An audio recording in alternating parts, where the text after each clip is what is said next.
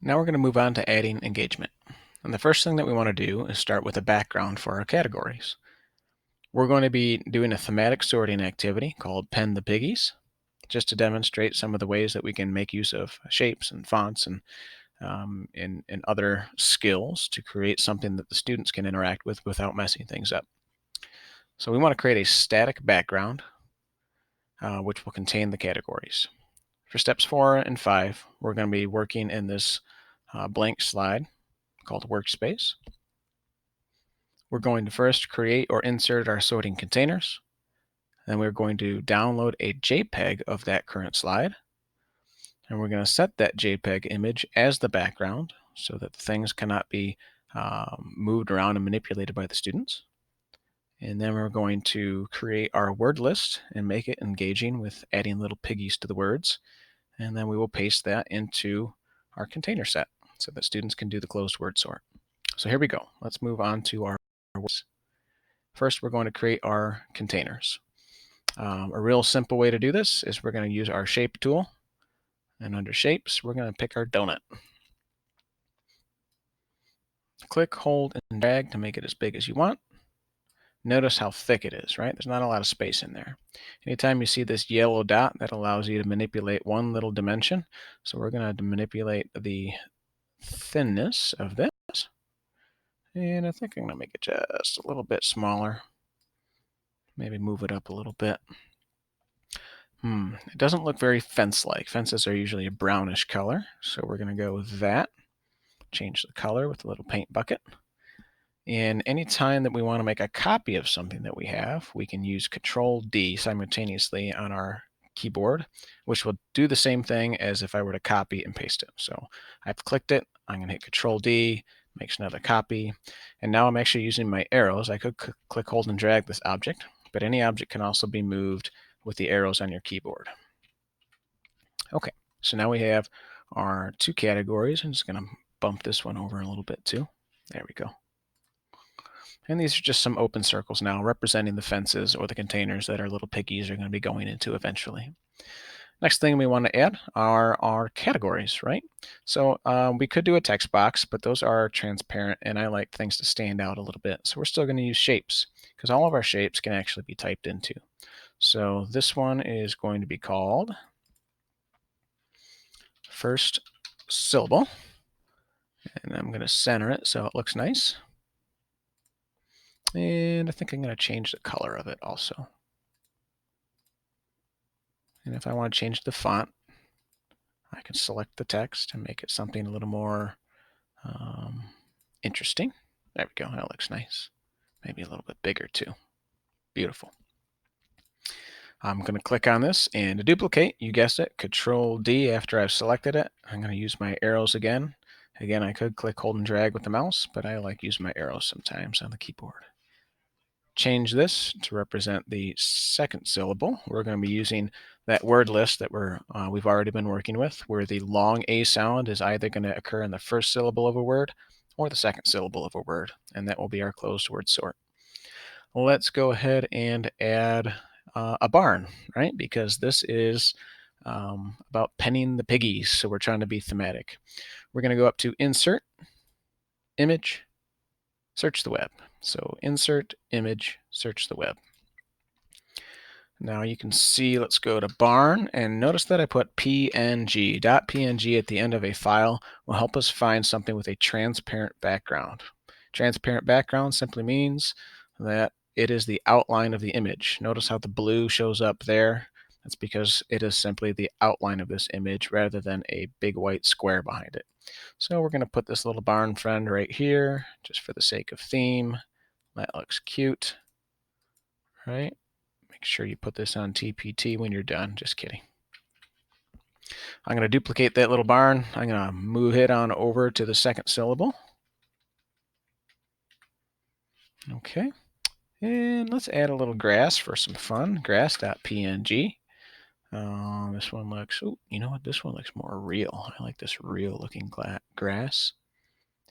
Let's shrink it down and stretch it out. We're going to put it right in front of this barn.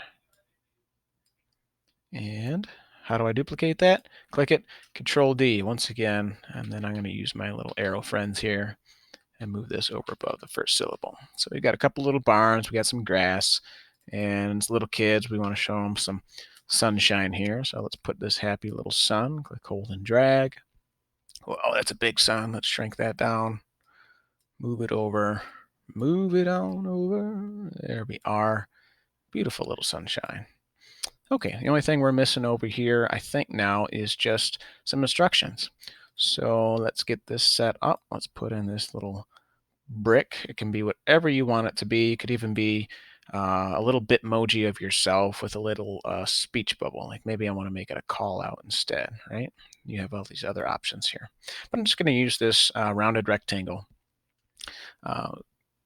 Click, hold, and drag each of the piggies into the, let's call it the fence or barnyard that they belong to. And since we're doing a closed sort, we'll say sort the piggies by where the long A sound occurs. Good luck. Smiley face. You know what? That gray looks kind of boring. Let's make the gray something prettier like that. Oh, it's a little dark. How about this one? Yeah, that's cute. Kind of matches the other stuff down here too. All right, so now that we have our instructions, we've got our sorting containers, we have our category labels, we've got our happy little sunshine. If there was anything else that you wanted to add to this, now would be the time to do that, simply because the next step of this is to download a copy of what we see here. Okay, the reason that this is important is because right now, every piece of this is movable. And if we don't want our students to accidentally mess things up and create confusion, we need to create a static image of this. So you want to make sure that everything is ready here. And now we're going to go up to File, Download, File, Download, JPEG image of current slide. So it will make an image of the current slide. So we're going to click on that. Your images will probably download to your download folder. But from here, we're actually going to just click in between here, do a new slide, nice blank one. We can click and get rid of this if we want to. And we're going to set the background. So we've moved away from where we just were. We're brand new slide. We're going to click on Change Background. From here, we click on Choose Image, choose an image to upload. Your files probably have gone to your download folder. I have mine going to my desktop. Something I always look for is also the date and the time. So I know that it's about 8:56. This is the most recent one that I downloaded. So I'm going to choose that. Double click. There it is. Okay, so see how these two look exactly the same, except for this one. Notice I can't do anything to it. So that's really important. Your students won't be able to mess this stuff up. They'll just be able to drag their little piggies there. So this is a good place to transition. Now we need to make our piggies. So let's go back to our base word set. These are the words that I've already made and made them look just the way that I want them to. And before I actually bring them over to my activity slide that my students will end up using when they get to do this, I'm going to separate these a little bit, and we're going to make some piggies attached to them. Actually, from our base set, let's go ahead and duplicate this slide. These slides act the same way as objects inside of a slide. So if I hit Control D after I've selected it, I can duplicate it. So now you can see that I have two sets. Okay. And this is no longer my base set. This is now going to be my piggy set, which once I create these, I'll be able to use them in other ways as well. So now what I want to do, I'm going to go ahead and separate some of these words just a little bit. Select, hold, drag them around. We're going to connect each of these words to a piggy. Okay, so let's click, hold, and drag. And I'm going to give myself some space. One good way to do that is to put one at the top, one at the bottom, select all of them, right-click, and distribute vertically. Okay, I'll show you that again with these ones over here. If I put one at the bottom, one at the top, select them all, right-click, distribute vertically. It'll add equal space in between all of these, right? Now that we have that ready, we're ready to add in our pig and connect our pig to every one of these words. So insert image, search the web just like we did before, and instead of the sun, we're going to look for a piggy. Find a cute pig that you like. I'm going to go ahead and pick, I'm going to go ahead and pick this little guy, this little piggy bank looking fella. I'm going to shrink him down because he's a really big pig. And you can decide if you want your piggies to be, behind or in front or just above or to the side, whatever makes the most sense. Okay. If you remember, how do we duplicate? Select the object, Control D. All right, we could do that with our little piggies. What I like to do if I'm going to make multiple copies of the same thing, I'll just show you right here. I'll duplicate it once or twice, maybe do it again. And if I know how many I need, which I think is 16 for this, I'm going to do one more. So now I have 4. I select all of them. I can duplicate groups of things as well. So now I've got 8. It's a nice little time saver. Now I've got 12. Now I've got 16. And I already got one here. So let's delete one. There. And now I can just drag all these little pigs right next to the words wherever they go. Again, where you have them is totally up to you. Whatever makes sense. And I'm just going to go ahead and skip ahead because you don't need to watch me drag all these little piggies. Okay, one final step to get our piggies ready is to group these two objects together. Remember, our word art is considered an object, and our piggies are considered objects. So we want to group them together so that when I click anywhere in here, they will both move together as one, which does not happen if they are ungrouped. So to do this, it's very simple. We click, hold, drag to select them. And then I can either right-click and click on group. Okay. Demonstrate, click, hold, drag, they move as one. I can also, if you saw the shortcut, click, hold, drag.